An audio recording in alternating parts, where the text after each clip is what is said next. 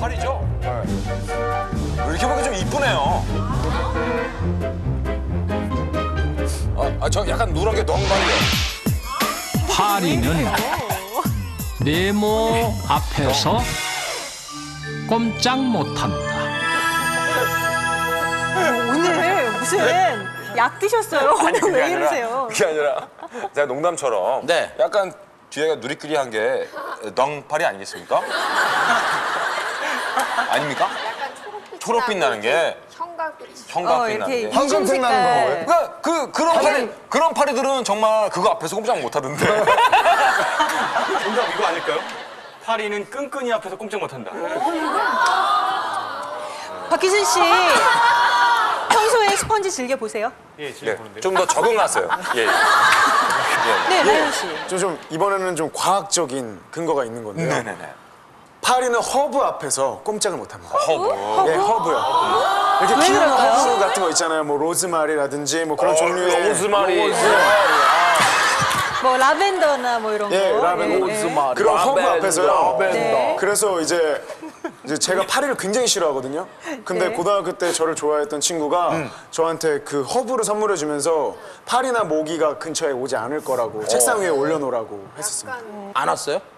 예, 제 기억으로는 진짜로 안 왔던 것 같아요. 라이언 씨가 파리를 싫어하죠? 예. 파리도 라이언 씨 싫어했다. 아니 근데 예전에 제가 그 체험사회 현장 그런 거 하다가 황소개구리를 잡으러 간 적이 한 번 있었거든요. 네. 네. 네, 그때 그냥 영향을 받은 건데요. 네네. 그때 잡으려면 밤에 잡으려면 그 개구리가 있으면 막 움직이잖아요. 거기에 후레쉬를 딱 비춰요, 빛을. 그러면은 그 개구리가 딱 멈춰 있어요. 네. 네, 움직이질 않아요. 맞아요. 그런 다음에 잡거든요. 맞아요. 그런 식으로 파리도 빛을 강한 빛을 갑자기 탁 쏘면 가만히 있지 않을까. 맞는 얘기예요. 일리가 있어요. 이 팔이라는 게 사실 좀 더러운 곳을 좋아하는 거잖아요. 변이라든가 좀 더러운 곳에 이렇게 있기를 좋아하니까 오히려 좀 깨끗하게 하는 것에 두려움을 느낄 것 같아요. 이게 비누라든가 세제 앞에서 꼼짝을 못하고 가만히 있는 거예요. 움직이지를 못하고. 소독약? 예, 뭔가를 청결하게 소독약 해주는. 그런 거 같은 거예요. 이게 저는 모기예요. 왜냐면 모기 앞에서? 여름에 집을 청소를 하고 있는데 파리가 앉았어요. 네. 이렇게 하는데 모기가 오더니 그 위에 가서 파리를 찔러보는 거예요. 그래가지고 쟤네 뭐 하나? 너무 이상한 광경이고 이게 내가 더위를 먹었나? 아니 나한테 오지도 않고 파리가 이렇게 있는데 그 위에 모기가 하더니 꼭꼭꼭 찔러봐 해서 얘 그걸 보셨어요? 보셨어요? 네. 월요일 날 오전에 뭐 하세요? 검찰로 좀 나오세요. 자, 파리는 발이랑 모기랑 사귀나? 사귀는 거. 네모 앞에서 꼼짝 못한다. 정상 아니에요?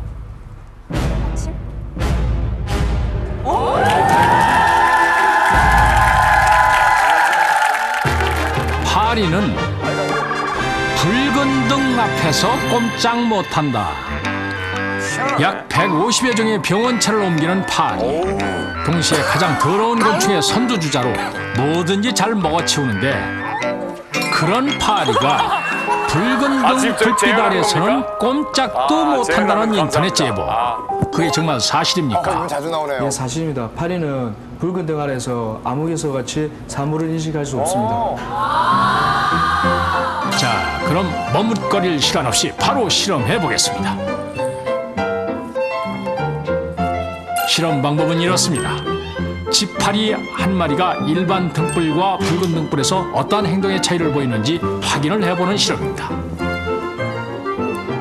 자, 그러면 텅 빈 투명 아크릴 통 속에 단 한 마리의 파리를 넣어 관찰해 보겠습니다. 먼저 일반 등불이 주위를 밝히는 공간. 역시 잘 날아다닙니다. 자, 그러면 이런 파리를 조금 건드려 보겠습니다. 결과는 당연히 가까이 다가가려 하면 뒤도 안 돌아보고 날아가 버리는 파리. 다시 한번 해봐도 역시 마찬가지입니다. 느린 화면으로 살펴보니 잠시 움츠려 경계한 후 다가온다는 것을 확신한 파리는 결국 날아가 버렸습니다. 자, 그럼 여기서 붉은 등으로 바꿔보겠습니다. 방금 전과 너무나도 다르게 붉게 타오르는 세상. 이런 불빛 아래서 파리의 행동은 어떻게 달라질까요? 다가가 보겠습니다. 아니 이게 웬일입니까? 손가락이 옆에서 웃으며 가까이 와도 파리 도망치지 않습니다. 다시 한번 손가락으로 파리의 주변을 건드려 보지만 역시 파리는 꼼짝하지 않습니다. 그럼 이번엔 조금 미안하지만 파리를 한번 잡아보겠습니다. 조심스럽게 핀셋으로 접근, 그리고 날렵하게 조이니 너무나도 쉽게 잡히고 맙니다. 혹시 자신이 파리인 줄도 모르는 착각 속에 사는 건 아닌가 싶어서 다른 파리로도 확인해 보겠습니다. 일반 등으로 밝힌 평범한 불빛, 역시 재빠른 파리를 확인할 수 있지만 세상이 붉게 물들면 파리는 가만히 있습니다. 건드려 볼게요. 건드려 보니 슬슬 기어 도망가 버리긴 합니다. 느린 화면으로 다시 보니 파리는 날아야 한다는 것도 잊은 듯 기어가 버립니다. 잡아요, 막. 다시 핀셋으로 주변을 툭툭 건드려 보고 잡아도 보고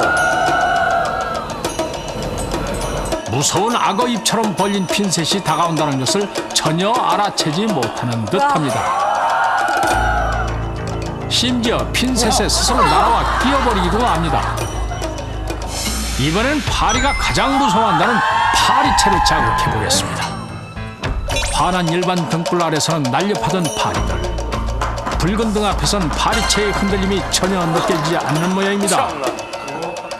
핀셋 파장대는 자외선, 가시광선, 적외선 부분으로 이루어져 있습니다. 사람은 적외선에 걸쳐진 빨간색을 인식할 수 있지만 파리는 그 적외선에 걸쳐진 빨간색을 인식할 수가 없습니다. 그래서 그 빨간색 등 아래에서는 파리는 사물을 볼 수가 없는 것입니다. 그렇습니다. 파리는 붉은색의 불빛을 어둠과 같이 인지하여 주변에 어떠한 것이 다가와도 그 움직임을 촉각이 아닌 시각으로는 느낄 수 없게 되는 것입니다.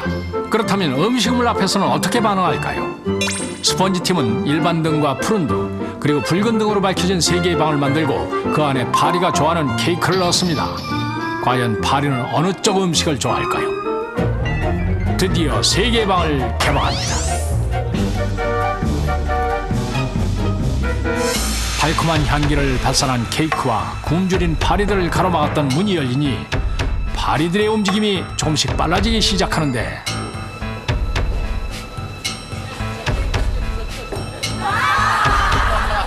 일반 등이 켜진 방, 어쩌지 않아서 뭐가 이미 씹히더라고요. 파리 몇 마리에 의해서 케이크는 점령당하고 바로 케이크를 먹기 시작합니다. 또한 옆방의 푸른 등 속의 케이크 위에도 이미 안착한 파리들이 열심히 식사를 하고 있습니다. 그러나 아쉽게도 붉은 등 속에서는 파리의 흔적이 보이질 않습니다. 모르는 거죠? 잠시 후 몇 마리의 파리가 날아다니지만 케이크의 외로움은 처량하기만 합니다. 자, 그러면 여기서 파리가 전하는 교통안전 캠페인. 파란 불에 길을 건널 줄 알고 어떻게 찍었어? 걸음을 재촉하며 저희 깜빡이는 동물 신호를 보면 드디어 곤충과도 말을 하는 손을 비벼 차들에게 알리는 것은 누구나 알고 있는 교통신호 지키기의 기본. 하지만 신호를 무시하고 무리하게 길을 건너거나 파리 주는 게 아까우세요? 네, 저희가 드리겠습니다. 신호등에 빨간불이 켜져도 신속히 횡단보도를 지나지 않으면 사고의 위험이 있습니다. 파리가 전하는 신호등 지키기 캠페인. 아니 파리하고 대화를 해? 여러분, 지킬 건 지킵시다.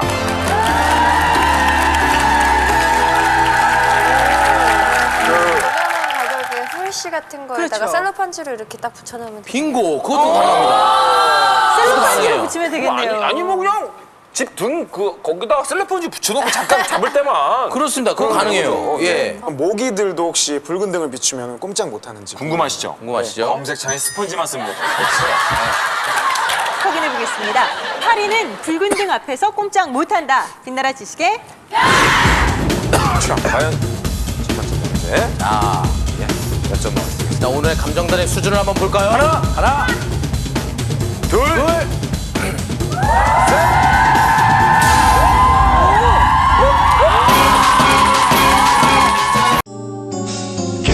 KBS KBS KBS